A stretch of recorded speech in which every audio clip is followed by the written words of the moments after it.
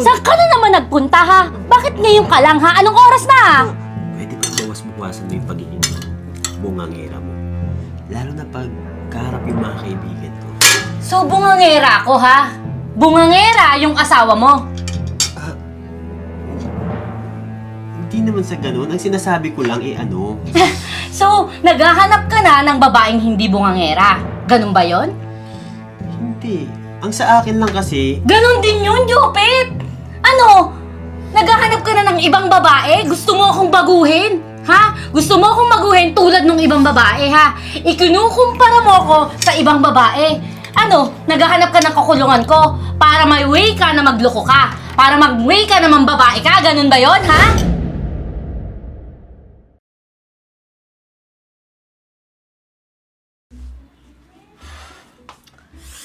Jopet.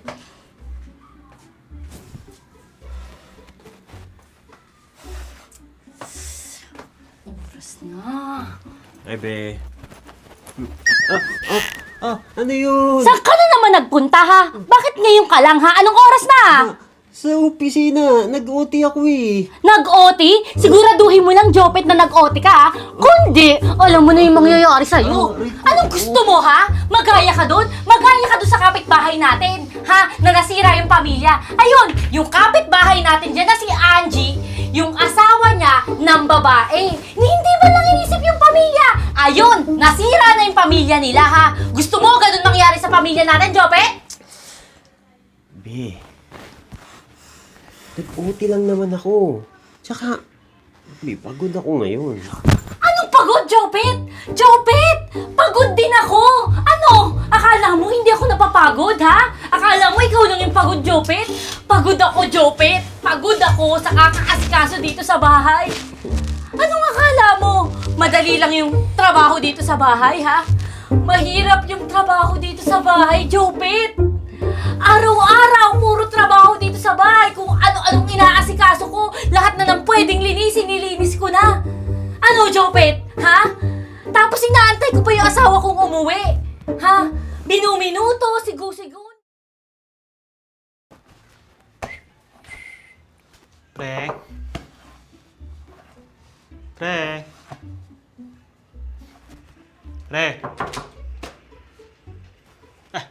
Ay, Mare, andiyan ba si paring Jopet? Andito, bakit? Yayayain ko lang sana maglaro si Tropa eh. Uy, pre! May laro ba tayo ngayon? Walang maglalaro at walang aalis.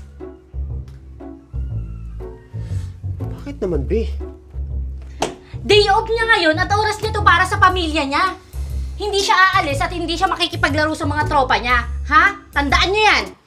Be, wag naman ganyan. Napapahiya ako kay paring Chito eh. Wala akong pake. Dito ka lang sa bahay. At ikaw, Chito, ha? Huwag kang punta ng punta dito. Maghanap ka na lang ng ibang totropahin mo at ibang yayayain mo. Malis ka na. Be, wag naman ganun. Wala. Walang aalis. Dito ka lang. Malis ka na.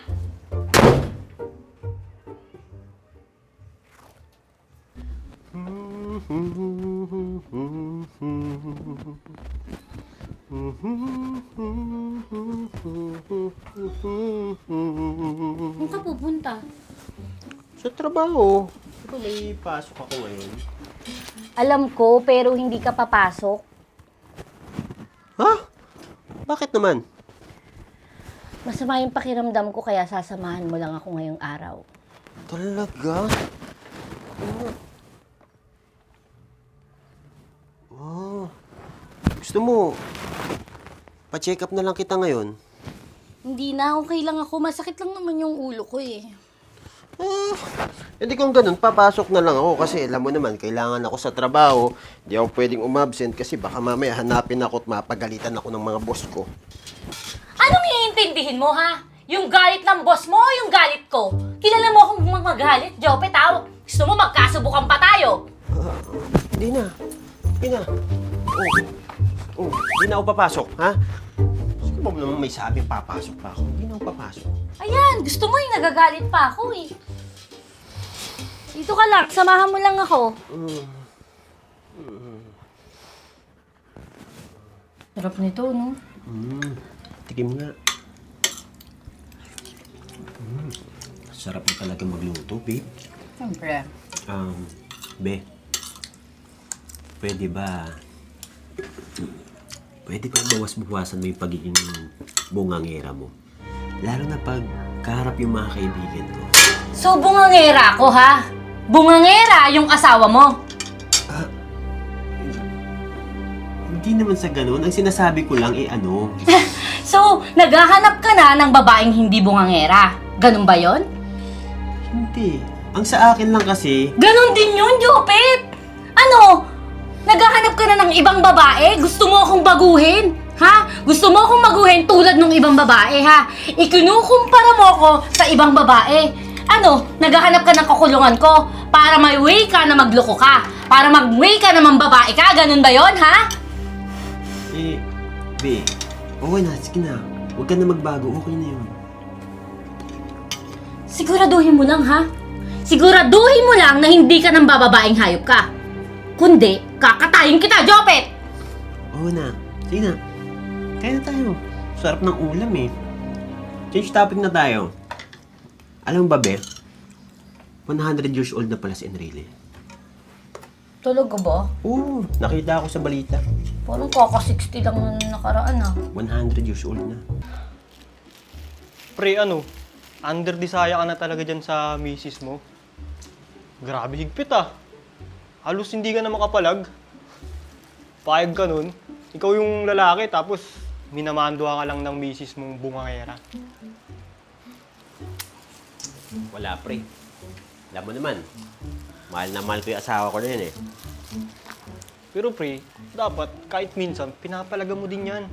Para hindi masanay na tinatapakan lang yung pagkalalaki mo. Hoy, Jopet! Hoy, Jopet! Bakit nandito ka na naman, ha? Tumambay ka na naman dahil dito sa kaibigan mong to? Sumasama ka pa ng patambay-tambay dyan, eh.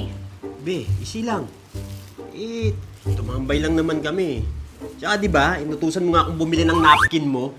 Oo, inutusan kita, pero hindi ko sinabing tumambay ka pa kasama nitong kaibigan mong to. Be, huwag naman dito, napapahiya na ako eh. Ako nga yung pahiya, sumunod ka sa akin. Ano? Bad influence ka dyan? Halika na nga, sa bahay na lang tayo. Tuturuan ka lang niyang kaibigan mo, patambay-tambay pa. Tuturuan ka lang naman babae. Hoy, wag mo nang niyayaya si Jopet, ha? Sumusobra ka naman na, Rose. Dapat hindi mo ginagawa yun eh. O bakit? Mag-asawa naman tayo, ha? May karapatan akong gawin sa'yo yon. Wala! Wala kang karapatang ipahiya ko sa harap ng maraming tao. Alam mo, sumusobra na yung pagiging bungangera mo eh. O bakit? Ina-under mo na ako, ha? Ina-under mo na ako. Alam mo, hindi na nga asawa turing mo sa akin eh. Ang gusto mo, kontrolin ako. Gusto mo, hawakan mo ako sa liig. Ah, ganyan mo na ako kausapin ngayon, ha? Dahil sabang-sama na ako sa ugali mo. Ayos, ah! Ayos! Bakit? May iba ka na? May iba ka na siguro. Siguro, may iba ka na. Yan, diyan ka magaling.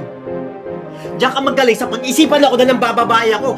Diyan nagiging makita ng utak mo eh. Ah, ako pa ngayon yung makitid yung utak. Oo! Di ba? At sa tingin ko, wala nang pupuntahan yung usapan na to dahil sarili mo lang ang iniisip mo. Alam mo, Ros, pagod na ako eh. Pagod na akong intindihin ka. Pagod na akong magpaapak sa'yo. Pagod na ako sa relasyon na to. Oh, saan ka pupunta? Rose, kaya mo na ako. Napapagod na ako. Pagod na ako sa relasyon to. Oh, sige! Huwag ka nang babalik. Anong akala mo, ha? Hahabulin kita? Ha? Akala mo, ha? Ikaw pa rin yung mayabang, ha? Tignan natin.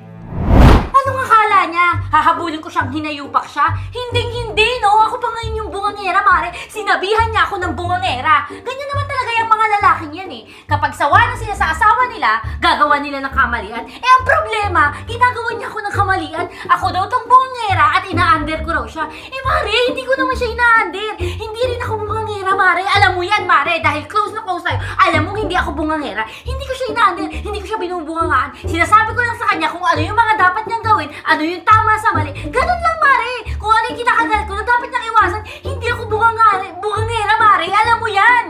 Di ba? Di ba, Mare, hindi ako bungangera. Alam mo yan.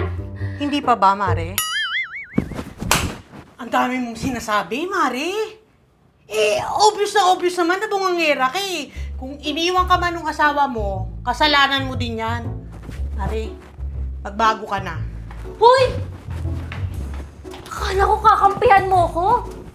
Ako pa ngayon yung binaliktad mo, Mare, ha?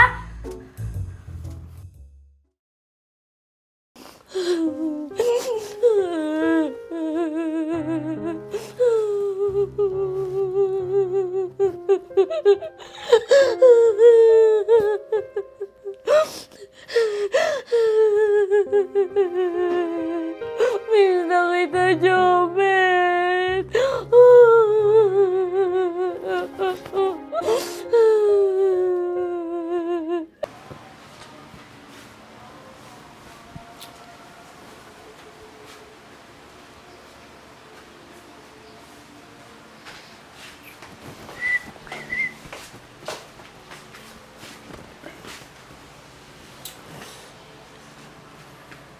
Alam mo, pre. Hirap din palang malayo sa asawa, no? Kahit ganyan yung asawa ko si Rose. Namimiss ko yan. Naisip ko nga, pre, imbis na takbuhan ko yung problema namin, siguro mas mabuti siguro na harapin na lang namin mag-asawa to. Para mapag-usapan namin kung ano yung mas maganda para sa takbo ng relasyon namin.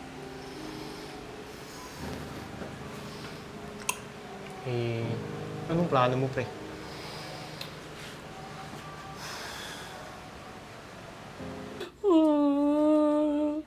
Jobet.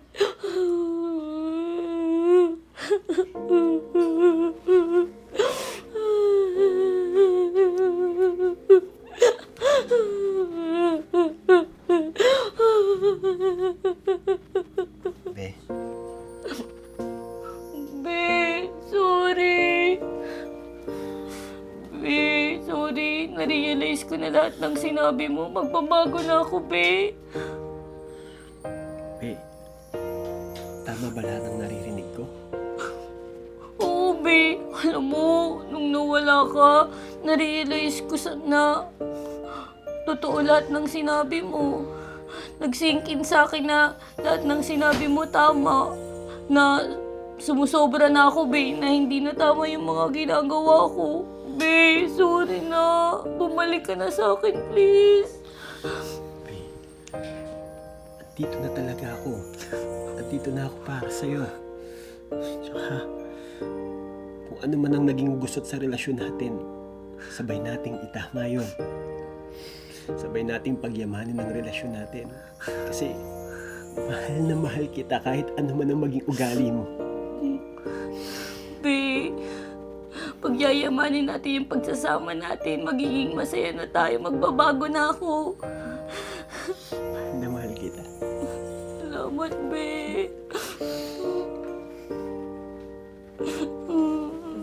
Thank you, Be. Bumalik ka na.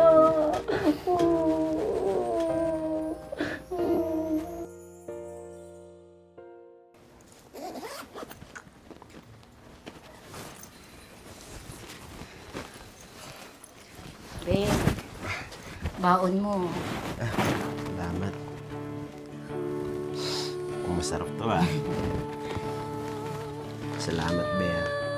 At salamat din sa Panginoon. Kasi bago dumating yung baby natin, hinanda niya na tayo. Hinanda niya na tayo para sa panibagong phase ng buhay natin kasama yung magiging anak natin. Be, magiging masayang pamilya tayo dahil sa pagbabago ko at pagsasama natin. Excited na ako lumabas si baby. Ako din.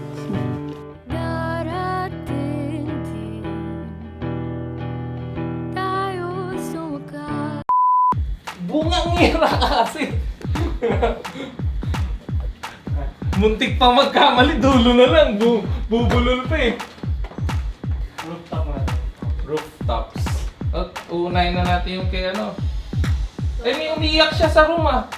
Ay, doon sa parking yon ah. Sa parking O, sa rooftop muna. Ay, di, pangat ka din. Napasarap ka dyan sa bulbul. Hindi, kala ko hindi na mabilis siya eh. Nakakangat na ako gano'n. Pangat siya. Mabuhok siya. Hindi na kumalo eh.